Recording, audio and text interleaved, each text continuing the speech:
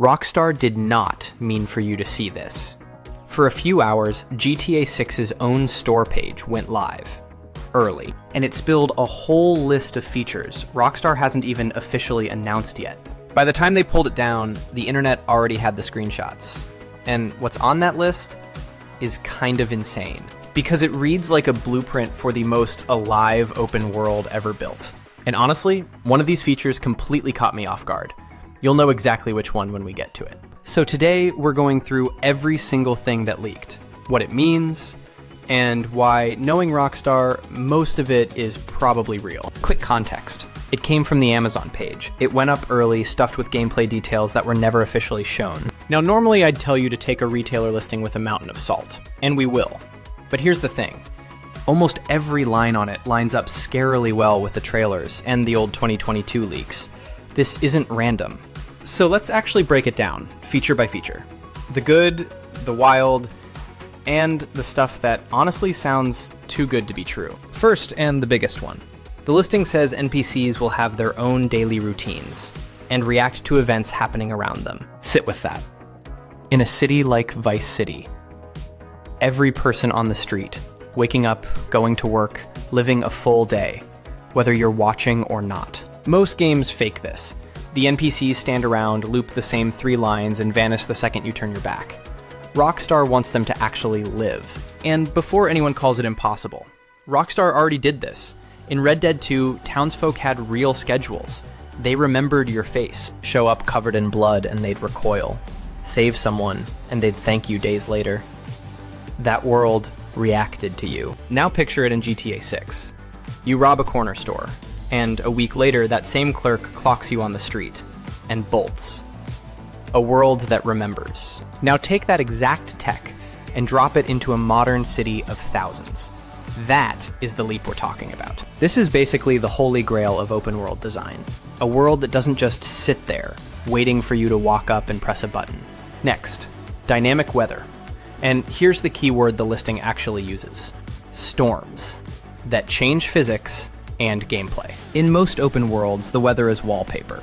Pretty and completely pointless. This is the exact opposite of that. So this is not weather for the postcard shots. A storm rolls in, the roads go slick, your tires lose grip, visibility drops to nothing. Red Dead 2 already had mud that grabbed your horse, snow that held your tracks, rain that soaked through your coat. The weather was a character.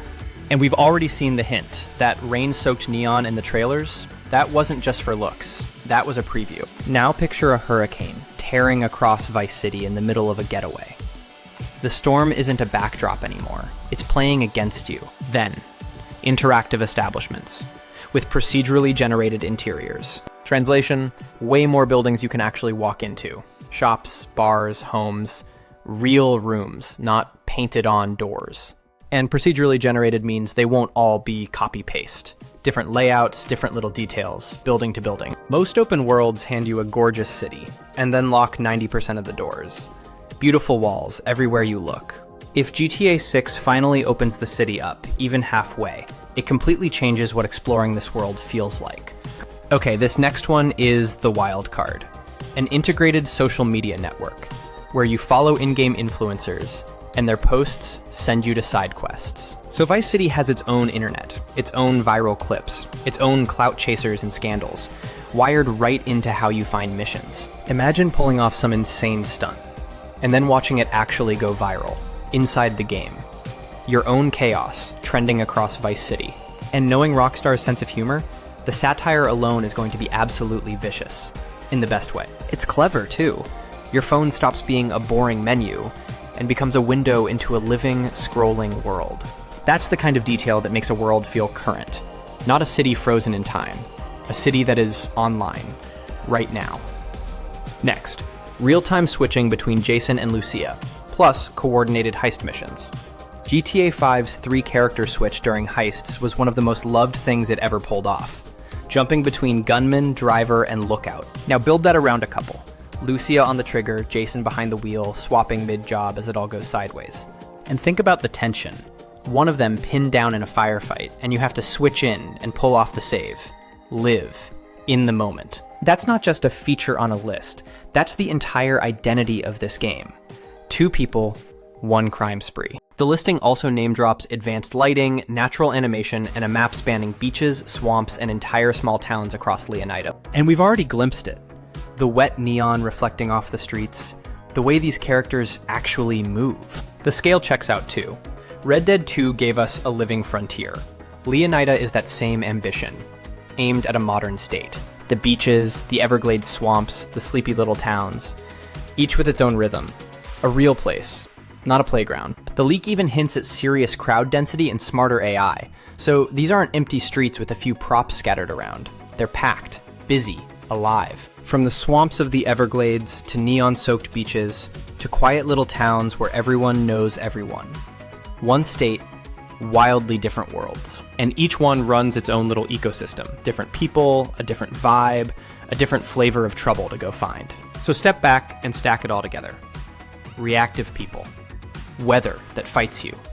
Open interiors. A live social network. 2 switchable leads. That's not a bigger map. That's a world that keeps running. Whether you log in or not. And that's the whole difference between a game you just play and a place you actually visit. Almost nobody pulls that off, because real immersion was never one big feature. It's 1,000 tiny ones, all quietly agreeing that this world is real. And here's why I actually buy it. Rockstar is the one studio with the receipts. They already built the most alive world ever made, Red Dead 2. This is the sequel to that ambition. Most studios promise this, and faceplant. Rockstar promised it once already, and then they delivered.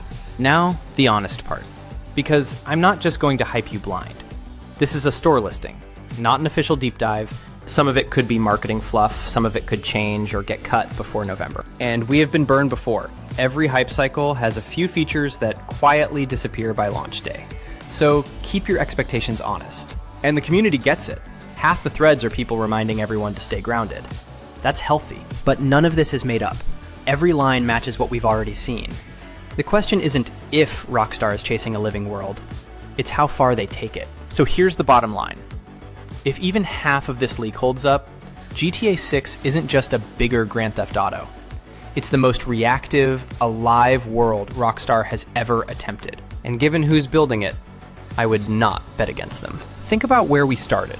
A store page, up for a few hours by accident. And it quietly painted the most ambitious open world we have ever been promised. This could genuinely be the most ambitious game ever made. And we found out from a shopping page Rockstar forgot to hide. So which feature has you the most hyped? The weather, the social media, the NPCs, the heists? Drop it down below, I genuinely want to know. Either way, November 19th, we finally get to live in it. Stay safe out there, and I'll catch you in Vice City.